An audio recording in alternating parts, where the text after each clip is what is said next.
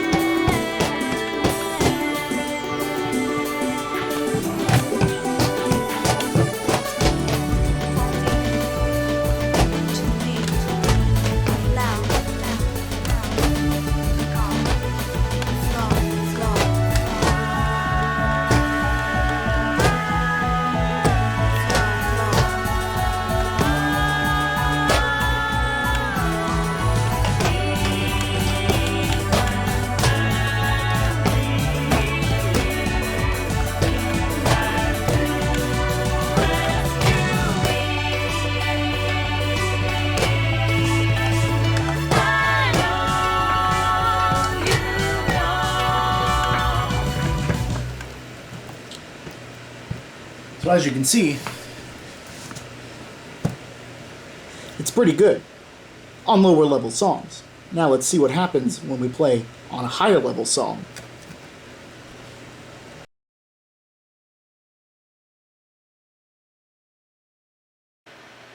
This is going to be very painful to watch to anyone who actually knows what they're doing regarding modding. So bear with me. I will try to edit this as much as possible because it's not going to be good. But anyway, so here we're at the test input screen, and our goal here is to make the pad more sensitive. Now this is going to be using what is known as the penny mod, something that originated with the Cobalt Flux, which was originally the king of the quote-unquote affordable pads you could buy, even though they retailed for like $400 or $500. But anyway, we're going to make it more sensitive by placing pennies between the sensor and the part that you step on, so that there's less travel distance to make contact, and you can also step on it closer to the center. So here, you know, stepping registers just fine, but now we want to get it so you can step closer to the center like you would on a normal arcade pad. So let me show you my feet. Stepping in this area right here, we're not making a register at all. In fact, I'm scooting my foot farther out, and we're finally making register about here. This is not how I play, and this is not how a lot of players play. We want to make sure to get as close to the center as possible. This might be a little extreme for some people. That doesn't really matter. The point is, we're going to be adding pennies or to shorten the distance between the part that we step on and the part it makes contact with in order to register an input. So give me just a moment. So here is our panel. There's 4 screws on each side.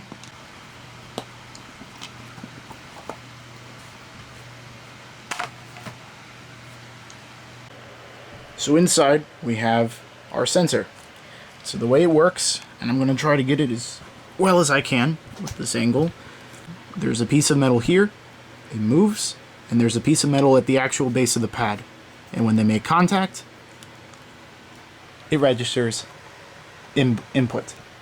The goal here is we're going to put a penny, since it's fairly thin, but it'll make just the difference, so that when we place it under the pad, it requires much less effort to press it. And we will use our electrical tape to place them in place. Now, like I said, I have no tripod, and I'm not going to make you sit there watching me actually put this together. So I'm going to skip to when I actually have it put together. So with your pennies in place, place just over the metal part so that it does, you know, obviously the tape doesn't touch that part. Now, we are way more sensitive. And to demonstrate further in a more practical sense, whereas I was stepping here and it wasn't making a register, now it's doing what I want it to do. So now I will do the mod on the other 4 panels, and I will do an after video, and now you will see exactly how good the pad becomes. Now, I didn't really address this before I started talking about penny modding. One may ask, John, this is a new pad.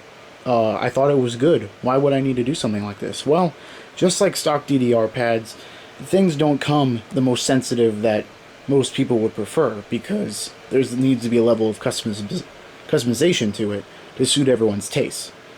In the terms of this, is that, sure, for people who just want to play at home, you know, normally, you know, not people like myself and anyone above me in skill level, which is most people, they're going to want something that can hold up at higher levels.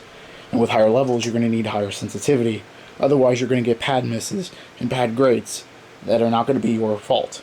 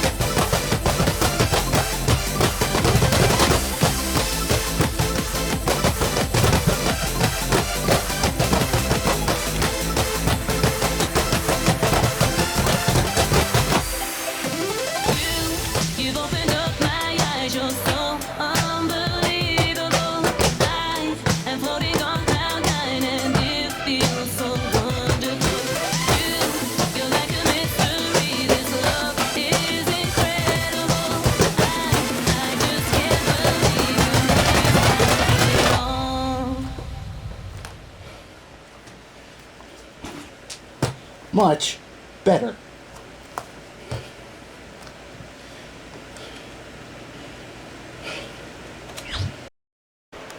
So just some closing thoughts on the pad and just my feelings about getting a home pad in general. It's kind of incredible considering what we had on the market before this, which was Step Maniacs, which is a pad that even before shipping will run you into 4 digits, though I'm not bashing the price, there is an entirely good reason for it. Or Cobalt Fluxes, which get resold for about the same price as they were sold at, and DDR Game, which are not good pads at all.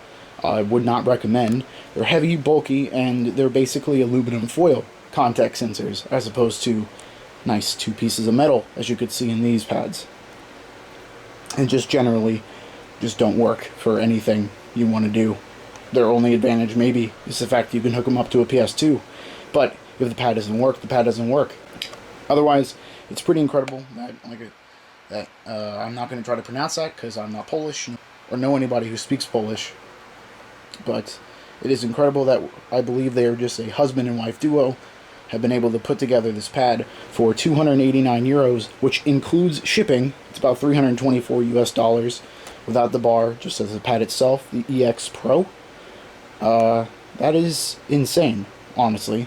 Now that I've used it, I think it's worth twice that, just for availability in the market alone. If you're looking for a home pad, especially now to date this video, the coronavirus epidemic that has caused us all to stay indoors and all our favorite arcades to close, if you need an alternative to play DDR at home or RTG, this is your pad. This will definitely work for you. If your budget doesn't include Step Maniacs, if you feel that it's just not worth the investment for you, then I would say the EX Pro is absolutely a good option. God, my room's a mess. Alright, thank you for watching. Thank you for bearing with the one-take nature, the jump cuts that will soon happen with my editing, including right there. Thanks for watching. I really appreciate you sticking through to the end. I want to do a lot of DDR content, the front cam, the foot cam, and the stream. That was kind of a little preview. Hopefully, once I start to do that, it'll be in a place that's not my room with 4 opposing fan noises to just screw up everything. Hopefully the noise reduction doesn't destroy this video. Again, thanks for watching. Sure, share it with your friends. And if you haven't bought a L-TEK, buy one. And then you can do hashtag post your L-TEK like all the cool kids are doing. See ya.